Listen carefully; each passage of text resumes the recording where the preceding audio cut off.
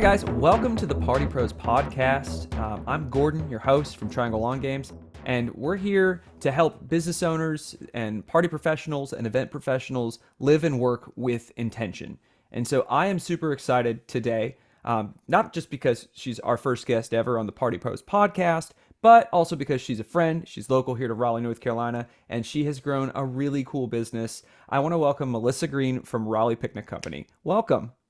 Hey, thank you. Thanks for having me. I'm excited to be Absolutely. the first guest ever. Love it. Numero uno. So we're going to see how this goes. It's going to be great. But ultimately, what we're trying to do here is we want to talk about the event world, the party business. We want to talk about why you got into it, give people kind of a rundown of how you might start a business like this, some of the things that you want to think about, and some of the things you've done well, and some of the challenges that you've run into, and kind of learn a little bit from you how we can be better party professionals. So let's jump into it. I certainly appreciate your time. And, why don't you tell the listeners and myself a little bit more about you and how you got into the party business and what Raleigh Picnic Company is?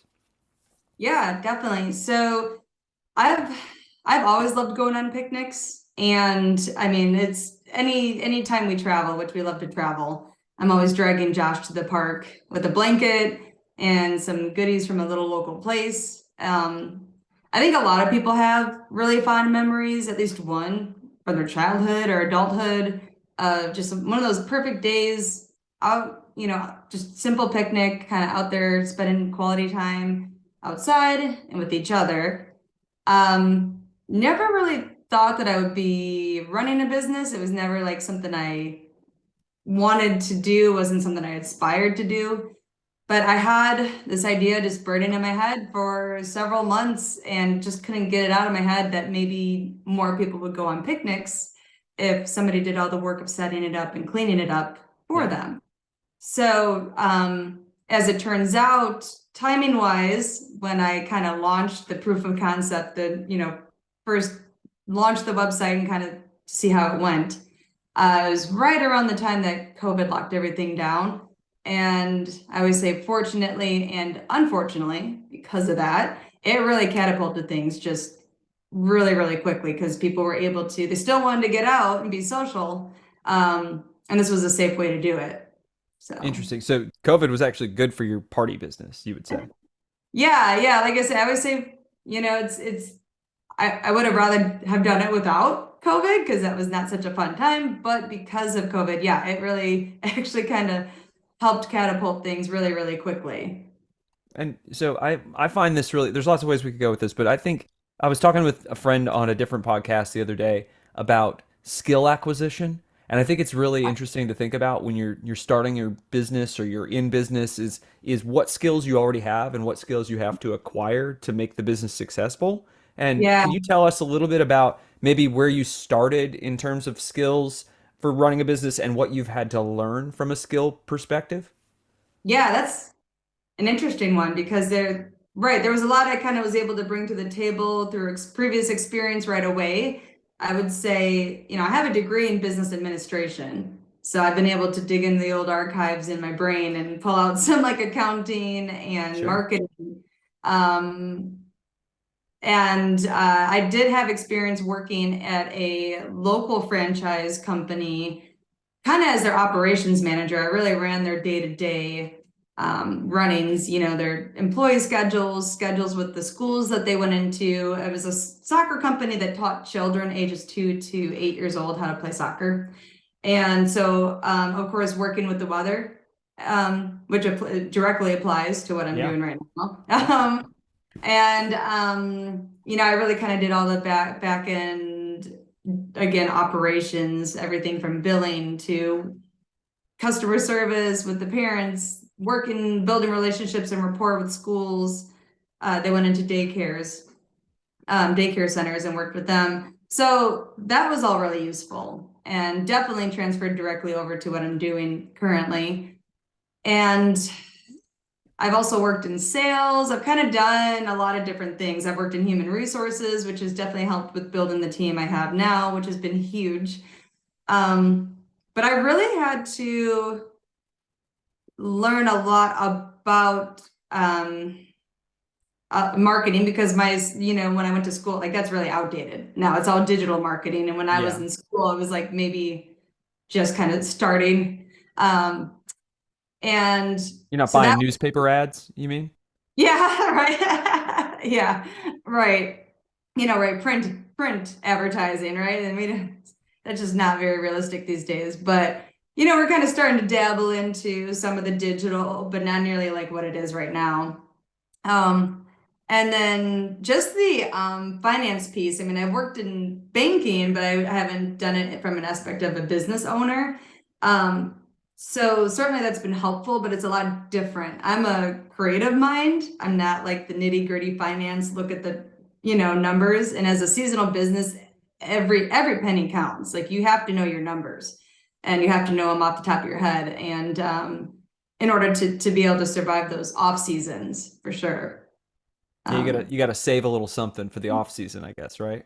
yeah, definitely. I mean, you have to, right. So that's why when I say like every penny counts because you're not going to make it through the winter as a picnic business um, if you haven't planned really well in advance. Yeah. And I think that's the thing that I've learned about the party business so much that I had no idea when I started was just how seasonal it is, how weather dependent it is, and it's kind of finicky, right? Like it's kind Yeah. of hard sometimes because of that. Yeah. No, it really is. And that's again, that's why I'm like, you have to know your numbers. And I mean, going in, I knew going in because of my previous experience that yeah, we have to plan for the slow times, but I guess it doesn't you don't yeah, until you go through a year of it, your first year, you're like, wow, I didn't plan enough or Yeah. I didn't anticipate this certain expense during or whatever it might be. Yeah. Kind of trial and error. So yeah, it is even if you kind of anticipate it going in, it's a different ballgame when you're going through it. Of course, understand that. And that kind of brings me to my next question, which is, there's a lot of great things about running your own business and being your own boss, but what's been the most challenging or most difficult thing getting started, getting off the ground, and then kind of once you have the plane in the air, what's been the most difficult thing for you? Yeah, getting out the ground is the whole, for me at least, it was the excitement in the lead up to it and just wanting to get out there and launch it, but knowing that I needed to be methodical and intentional, like with our website and our website design and having that all set in place, and having the infrastructure to take reservations online and make it, again, user friendly and easily accessible for people who don't want to interact with the human. They just want to make the reservation online. Hmm. And so, again, me being a creative mind, that's not my strength. So, luckily, my partner Josh is in the IT world and very much familiar with like user experience. So, that was crucial in helping getting that all ramped up. Really deciding and deciding on a name and a logo and like the graphic for your logo that you're kind of once you start, you're pretty much stuck on it. I mean, we did rebrand, but that was down the road and it was needed, but it was exciting but terrifying. Yeah. So How do you get to that point to try and rebrand? Because I remember when you did that, you changed your logos, kind of changed the name around, yeah. right? Like what brought you to that? How did you go through that process? What was the process like? Yeah, so I think we decided we need to rebrand because we started as Picture Perfect Picnics Yep. and nobody could ever remember the name. And and it's terrible for SEO. And it also kind of sounds like after a while, I'm like, that kind of sounds like it could be a photography business more so than a picnic event company. Sure. So we kind of knew it got to a point where we're like, yeah, I mean, we knew we needed to do it. And this was an off-season thing, right? So we knew we went in methodically in the winter when we knew things were slower and we had the time to really go through it, fine-tooth comb. Um, we worked with a company in Raleigh initially to try and create the logo we have now. And they were great, but they weren't really hearing what we wanted. They weren't really listening. So we ended up moving with another designer that actually he was the lead singer in Josh's band. the Critics back in Milwaukee. Nice. Now he lives in California and he does graphic design, which is great. So Is he he the really, guy that does the band posters?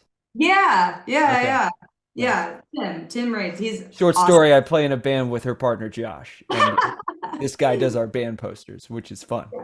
And he's great at, I think he does an amazing job. I Yeah, they're mean, awesome. They look so good. yeah, They really do. he's so good at what he does. And and not only that, but he was really great at listening to what we wanted. We knew we wanted the logo that you see kind of a lot in Raleigh. We wanted people to know that we're local to Raleigh and a part of the community and not some big, huge corporation with no ties to the local economy and community. So anyways, we kind of, he was able to really grasp that and created the logo we have now.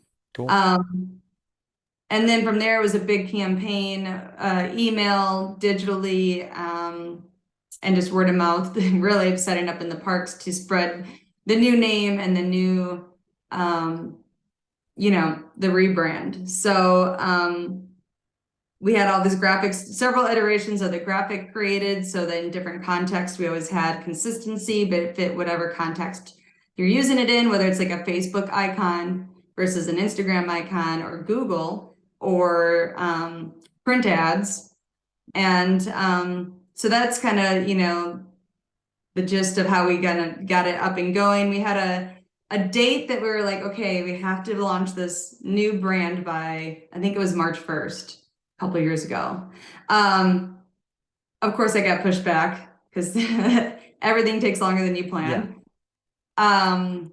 And so I think it ended up being, I'm like, all right, then absolutely no later than April 1st. And then it's like, okay, absolutely no later than April 31st, because we Right.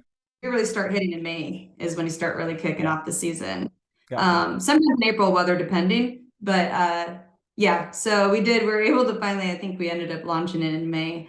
So having deadlines, but also you have to be kind of have to be flexible when you have those deadlines. 100%. And I think that goes for any business owner, anybody that's trying to be a entrepreneur or whatever. It's like you got to be flexible. You just it's Yeah. not going to go. There's not a straight line sometimes, you know? No, in fact, a lot of times I'm like, a lot of my job is just solving problems and Yeah. just solving them as they come up, kind of Yep. thing. Yep. And so you kind of got the word out to all your clients and things like that. Who are your clients? Who do you typically serve? So our demographics primarily women ages 25 to 44. But we certainly get a lot of male clients booking. Typically, they're booking, and they're in that same age range, males 25 to 44.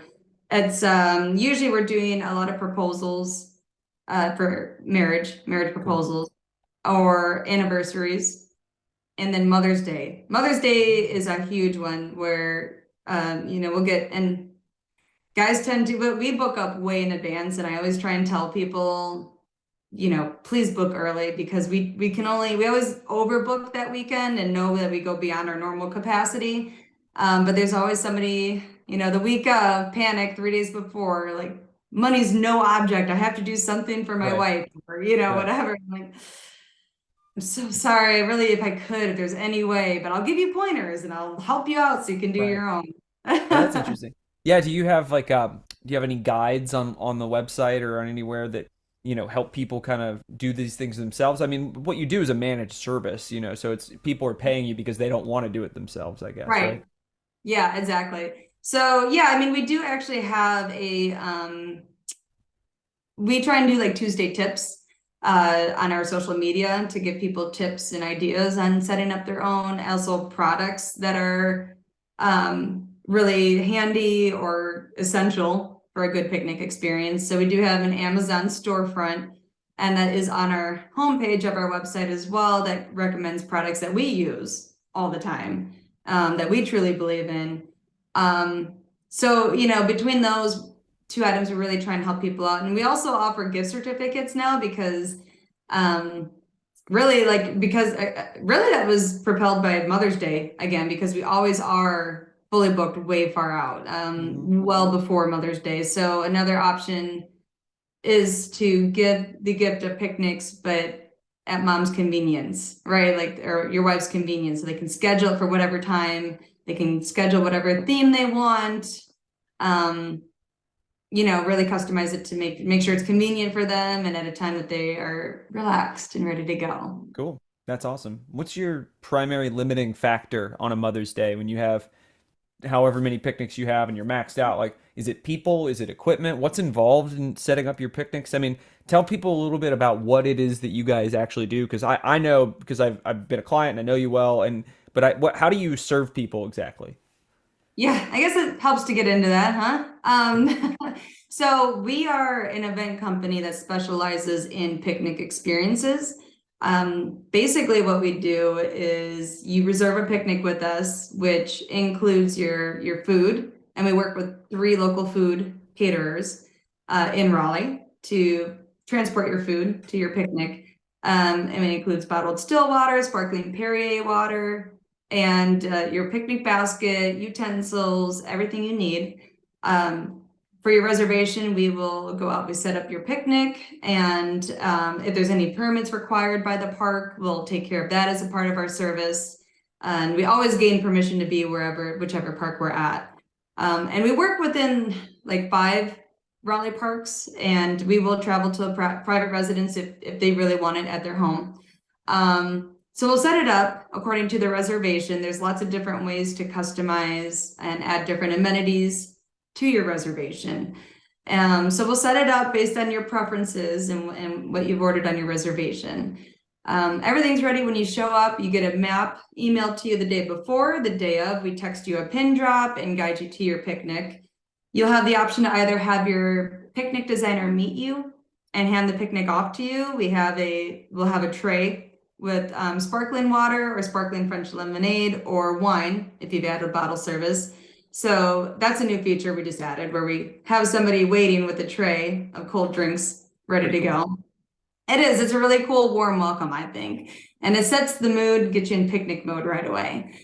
So in any case, you can also have a contactless experience where we don't interact with you. We stay close by to make sure that you've arrived and you found your picnic. But we won't interact. We'll just kind of head out once the eagle has landed. Gotcha. And then you enjoy your picnic. You have 2 hours to just enjoy, nibble at your picnic meal. And we have a game bin, so you just really spend quality time with each other. The game bin is non-electronic games like cards or music trivia, things like that. Cool. Yeah. Yeah, so once your Get people picnic's talking, done, get people being together, not staring at their yeah, phones, right? yeah, exactly. In fact, that's kind of what it's about, right? It's just each other's company and disconnecting and recharging, and by just like being outside and interacting with each other. In fact, that's something, not to get off topic, but I really kind of playing with the idea of like a cell phone bin or something, where you put your phone in a bin and put it away, and I don't know, get some sort of perk for that, because it's just about spending quality time. Right. Yeah. Um, and then at the end of your reservation, you just walk off into the sunset, and we will come and return and clean all the items up, throw everything away. Usually our goal is to leave the park even cleaner and better than when we got there. So we just make sure, we're really trying to be responsible and consider our impact on the environment. And so anyways, we clean it up, and you're just off enjoying the rest of your evening and not having to do any of the work, really. And that is why you choose Raleigh Picnic Company, right? Thank you. That's pretty cool. That really is pretty cool. And so just to get back to that kind of limiting factor, is it the Yeah. equipment or the people that is your major limiting factor, or both? Yeah, sorry, I got way off No, it's there. okay. This is interesting stuff. Yeah. So really, it's kind of the human resource in the past is what it's been. And then that's usually, I mean, we have enough inventory to accommodate 200 people. So it's not really the inventory or that. The limiting factor would be the human resource, our team, the size of our team. And realistically, you know, not impacting the quality of our picnic experiences. We could Sure. do 30 crappy picnics, but we want to make sure we give every picnic the attention to detail that it deserves, that our guests deserve. That makes complete sense. That makes complete sense. So that's the service in a nutshell is these curated, managed picnics that people don't have to worry about. They get food, they get beverage, they get everything set up, and they have kind of. I want to just briefly touch on the different types of picnics you do because I know you have different themes, and then we've got about 5 minutes left. I want to jump into some party event business questions Yeah. if that's okay. So, what kinds of picnics do you do? So we have several themes you can choose from if you kind of don't know what you want, but we have a French country picnic and we have enchanted fall picnic. We have a whimsical garden, which is kind of a lot of pink, very girly, a lot of pinks, gold, off-white colors. We have our boho picnic, which is neutral colors and kind of the pampas grasses, that trending theme. We have a seasonal one that changes out that's kind of geared towards the masculine audience, which is our Manhattan in the spring and summer, which is Cool. like a Central Park, neutral colors, no frills, just very clean lines. Yep. Yeah, just think Central Park, very high end. And then in the fall, it switches over to our Southern Gentleman with a lot of tartan wool blankets, those kind of, warmer, thicker textiles. And that kind of is pretty much all of I think that's all. I don't think I'm leaving any of the themes out. I think that's all of them. Yeah. Um, And you'll so help do people kind of pick them, I'm sure, right? Yeah, people pick. That's kind of where you start your reservations. You pick your theme, you pick your vibe. We can do private, or I'm sorry, customized picnic themes as well if people have a specific idea in mind. So we can certainly do that as well. We did a 100-acre wood picnic, like a Winnie the Pooh kind of theme, Sweet. at Duke Gardens. That was a really cool one. I even created a little custom map for them that looked like the 100-acre wood. But anyways, I could go Heck on and yeah. on about that. Yeah, so It's it's about the minor touches. I found like you're a very detail oriented person too, where you really do try to make all of your events very special. I mean, I guess our business is a little different because we really have to be super repeatable yeah, across the country and across like different people and team members and stuff. So we really try to simplify it. Um, yeah. with your business, I mean, it fits really snugly into the event world, I think. And you've had to learn a lot about the event world. We've got about 3 minutes. I want to just get your take on number one, kind of what you see in your time in the event business that's maybe changed, and maybe what Mhm. you wish would change, what you like about the event business and what you don't like. Like, how do you view the event business and what do you see that's good about it and what do you see that might be not so good about it? Yeah.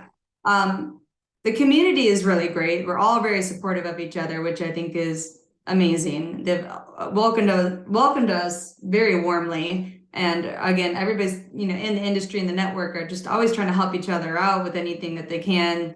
Um, it's changed a lot in the sense of obviously COVID changed it. I came in right at the beginning of that, but you saw a lot of companies in the event industry have to pivot their model to accommodate smaller groups or micro events, and or kind of suspend some aspects of their offerings for a little while and then bring them back later on. So catering companies, for example, went to like meal plan structure rather Yeah. than big events.